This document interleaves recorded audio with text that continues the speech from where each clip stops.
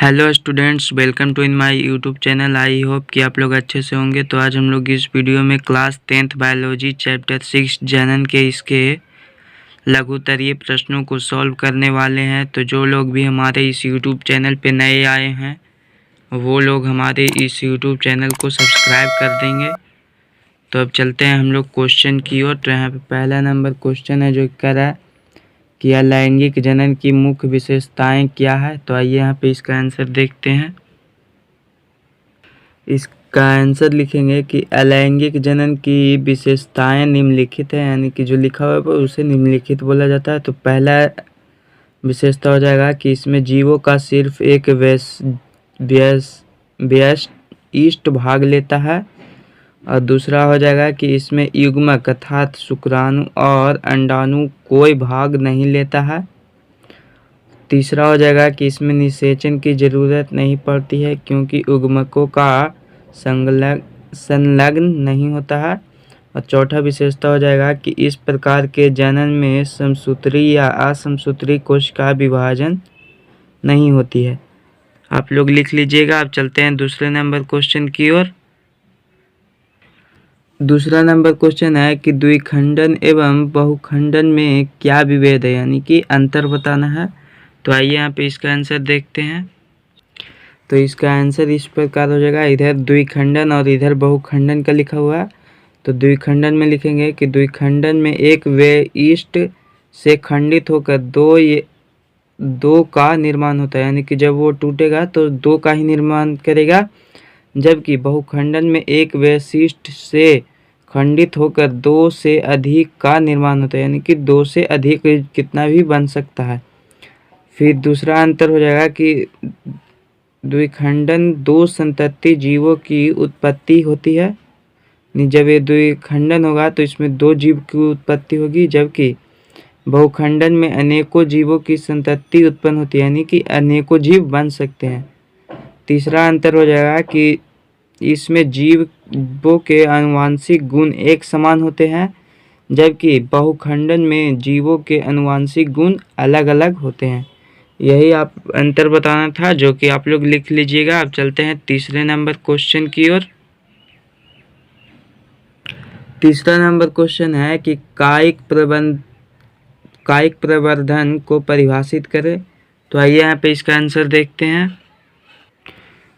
तो इसका आंसर लिखेंगे कि जनन की वह प्रक्रिया जिसमें पादप शरीर का कोई कायिक भाग जैसे जड़, तना, पत्ती आदि उससे विलग और परिवर्धित होकर नए पौधे का निर्माण करता है, उसे कायिक परिवर्धन कहते हैं। जैसे में आलू हो जाएगा, गुलाब का फूल पौधा होता है वो हो जाएगा, अदरक, मुनगा इत्यादि, इसमें कायिक परिवर्धन होता है। तो यही लिख लीजिएगा। अब चलते हैं 4 नंबर क्वेश्चन की ओर। 4 नंबर क्वेश्चन है कि पुनर्जनन में क्या होता है। तो आइए यहाँ पे इसका आंसर देखते हैं। तो इसका आंसर लिखेंगे कि पुनर्जनन में जीवों का शरीर किसी कारण से दो या अधिक टुकड़ों में खंडित हो जाता है तथा प्रत्येक खंड अपने खोए हुए भागों का विकास कर पूर्ण विकसित नए जीव में परिवर्तित हो जाता है और समान जीवन यापन करता है। यानी कि पुनर्जनन, इसका मतलब बोल सकते हैं कि वो मर गया और फिर से वो जिंदा हो जाएगा। यही आप लोग आंसर लिख लीजिएगा यहाँ पे जो लिखा हुआ है। अब चलते हैं 5 नंबर क्वेश्चन की ओर। 5 नंबर क्वेश्चन है कि बीजाणु जनन से जीवों को क्या लाभ है। तो आइए यहाँ पे इसका आंसर देखते हैं। तो इसका आंसर लिखेंगे कि चूंकि जीवाणु मोटी दीवारों से बने होते हैं, इसीलिए कठोर परिस्थितियों को आसानी से झेल सकते हैं और कोशिकाओं में निर्जलीकरण को रोक सकते हैं। इसमें कई जीव एक साथ अंकुरित होते हैं और इसकी आबादी में पर्याप्त वृद्धि होती है तथा जीवित रहती है। यही आप लोग आंसर लिख लीजिएगा। अब चलते हैं 6 नंबर क्वेश्चन की ओर। 6 नंबर क्वेश्चन है, क्या जटिल संरचना वाले जीव पुनर्जनन द्वारा नई संतति उत्पन्न कर सकते हैं। तो आइए यहाँ पे इसका आंसर देखते हैं। तो इसका आंसर लिखेंगे नहीं, स्पाइरोगायरा, हाइड्रा तथा फैलेनेरिया नामक एक स्वतंत्र जीवी फीता कृमि आदि में पुनर्जनन होता है। इसमें जीव अपने खोए हुए भाग प्राप्त करते हैं। तो यही आप लोग लिख लीजिएगा, चूँकि यह लघु उत्तरीय क्वेश्चन है। तो अब चलते हैं 7 नंबर क्वेश्चन की ओर। 7 नंबर क्वेश्चन है कि लैंगिक जनन की क्या महत्ता है, यानी कि लैंगिक जनन का क्या महत्व है। तो आइए यहाँ पे इसका आंसर लिखते हैं। तो इसका आंसर हो जाएगा पहला कि लैंगिक जनन में संतति में विविधता आती है, जीव के नए युग्मक बनते हैं। और तीसरा हो जाएगा कि लैंगिक जनन से गुणसूत्रों के नए जोड़े बनते हैं। ये आप लोग लिख लीजिएगा इसका महत्व। अब चलते हैं 8 नंबर क्वेश्चन की ओर। 8 नंबर क्वेश्चन है कि एक प्ररूपी पुष्प के सहायक अंग एवं आवश्यक अंग में क्या विभिन्नता है। तो आइए यहाँ पे इसका आंसर लिखते हैं। तो इसका पहला अंतर हो जाएगा कि पुष्प के सहायक अंग बाह्य दलपुंज एवं दलपुंज होते हैं, जबकि पुष्प के आवश्यक अंग पुमंग और जयांग होते हैं। और दूसरा अंतर हो जाएगा पुष्प के सहायक अंग बाहरी ओर स्थित होते हैं, जबकि पुष्प के आवश्यक अंग भीतरी ओर स्थित होते हैं। और तीसरा अंतर हो जाएगा कि पुष्प के सहायक अंग फूलों को आकर्षक बनाते हैं, जबकि आवश्यक अंग जनन का कार्य करते हैं। तो यही 3 अंतर आप लोग लिख लीजिएगा, विभिन्नता। अब चलते हैं इसके अगले नंबर क्वेश्चन की ओर। 9 नंबर क्वेश्चन है कि स्वपरागन एवं परपरागन में क्या अंतर है। तो आइए यहाँ पे इसका आंसर लिखते हैं।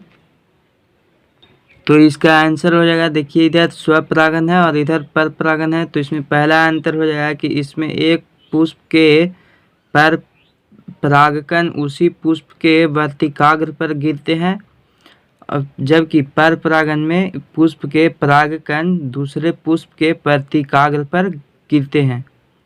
फिर दूसरा अंतर हो जाएगा कि यह द्विलिंगी पुष्पों में ही होता है, जबकि परपरागन यह एक लिंगी और द्विलिंगी दोनों पुष्पों में होता है। तीसरा अंतर हो जाएगा कि इसमें पौधों की शुद्धता बनी रहती है, जबकि परपरागन में पौधों के गुणों की शुद्धता पूर्णतः समाप्त हो जाती है। यही आप लोग लिख लीजिएगा। अब चलते हैं 10 नंबर क्वेश्चन की ओर। 10 नंबर क्वेश्चन है कि अलैंगिक जनन की तुलना में लैंगिक जनन से क्या लाभ होता है। तो आइए यहाँ पे इसका आंसर देखते हैं। तो इसका आंसर लिखेंगे कि अलैंगिक जनन द्वारा उत्पन्न संतानें आनुवांशिक गुणों में ठीक जनकों के समान होती है, उनमें किसी तरह की भिन्नता नहीं पाई जाती है। लेकिन लैंगिक जनन में 2 भिन्न भिन्न लिंग यानी नर एवं मादा भाग लेते हैं, उनके द्वारा अलग अलग नर एवं मादा युग्मक अर्धसूत्री विभाजन द्वारा बनते हैं। इस अर्धसूत्री विभाजन की क्रिया के दौरान होने वाली क्रॉसिंग ओवर के कारण डीएनए में भिन्नता उत्पन्न होती है।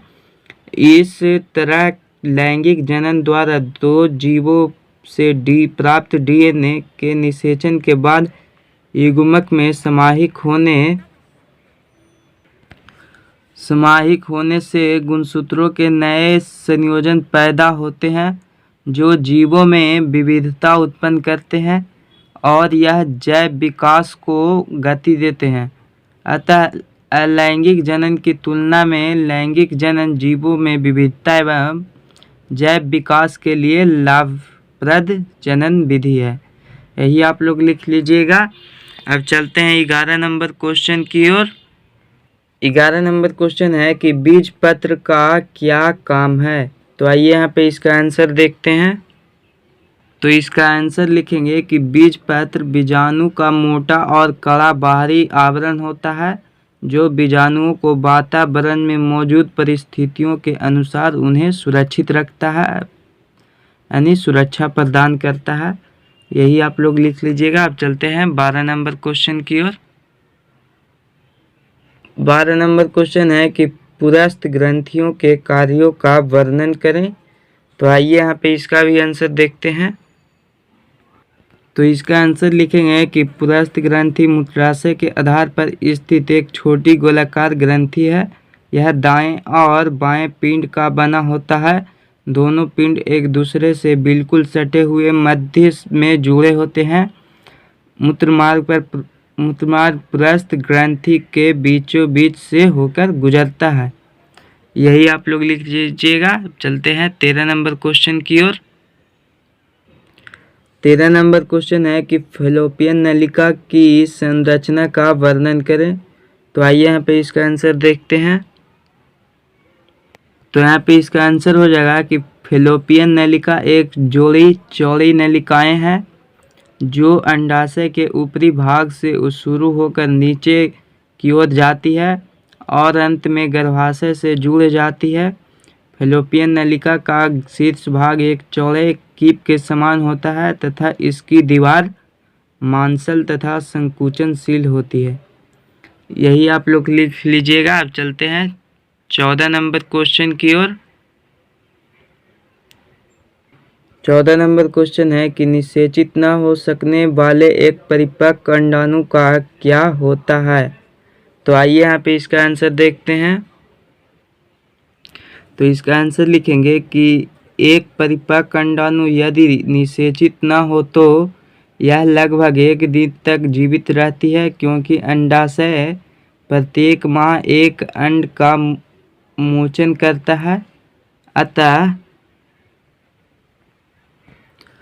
अतः निषेचित अंड की प्राप्ति हेतु गर्भाशय भी प्रतिमाह तैयार करता है। अतः इसकी अंतःभित्ति मांसल एवं स्पॉन्जी हो जाती है। यह अंड की निषेचन होने की अवस्था में उसके पोषण के लिए आवश्यक है, परंतु निषेचित न हो सकने की अवस्था में इस परत की आवश्यकता नहीं रहती है। अतः यह परत धीरे धीरे टूटकर योनि मार्ग से रुधिर एवं म्यूकस के रूप में निष्कासित होती है। यही आप लोग लिख लीजिएगा। यह VVI क्वेश्चन है जो कि 5 नंबर का। तो अब चलते हैं हम लोग 15 नंबर क्वेश्चन की ओर। 15 नंबर क्वेश्चन है कि जनसंख्या नियंत्रण में रासायनिक विधियों का उपयोग किस प्रकार सहायक है। तो आइए यहाँ पे इसका आंसर देखते हैं। तो इसका आंसर लिखेंगे कि रासायनिक विधियों में विभिन्न रसायनों से निर्मित गर्भ निरोधक साधनों का उपयोग किया जाता है। जैसे रसायनों से निर्मित ऐसा क्रीम स्त्रियों के योनि में लगा दिया जाता है जो शुक्राणुओं को नष्ट कर देते हैं। इससे निषेचन नहीं हो पाता है। तो यही रासायनिक विधि हो गया, आप लोग इसे लिख सकते हैं। अब चलते हैं 16 नंबर क्वेश्चन की ओर जो कि लास्ट क्वेश्चन है। तो यहाँ पे 16 नंबर क्वेश्चन है कि लैंगिक संचारित रोगों को तालिका के रूप के माध्यम से दर्शाएं। तो आइए यहाँ पे इसका एक तालिका बनाना है। तो इसका आंसर देख लेते हैं। ये रहा, यहाँ पे देखिए लैंगिक जनन संचारित रोग। तो रोग का नाम लिखाना है। बैक्टीरिया से कौन कौन से रोग होते हैं। पहला गोनोरिया, सिफिलिस, यूरेथाइटिस, सर्विस एवं स्लेफिस। तथा वायरस से होने वाला रोग है यहाँ पे पैपिलोमा, हार्पिस, एड्स। और प्रोटोजोआ से होने वाला रोग है ट्राइकोमोनियासिस। और इसका कारक लिखना है, कारक रोगाणु। तो गोनोरिया का हो जाएगा निसेरिया गोनेरी। यही आप लोग लिख लीजिएगा। और इसका लक्षण एवं संक्रमित अंग, यानी कि जब हमें गोनेरिया हो जाएगा तो इसमें क्या क्या हमें दिखाई देने लगेगा और ये इससे कौन सा अंग प्रभावित होता है। तो ये देखिए यहाँ पे सबका दिया हुआ है। तो यही आपको तालिका यहाँ पे बनाना है। तो आप लोग इसका भी आंसर इस वीडियो में से देखकर अच्छे से लिख लीजिएगा। तो जिन लोगों को भी यह वीडियो पसंद आया हो वो लोग हमारे इस YouTube चैनल को सब्सक्राइब कर देंगे। और आप लोगों को जिस सब्जेक्ट का भी वीडियो, आप सबका अपना YouTube चैनल। धन्यवाद।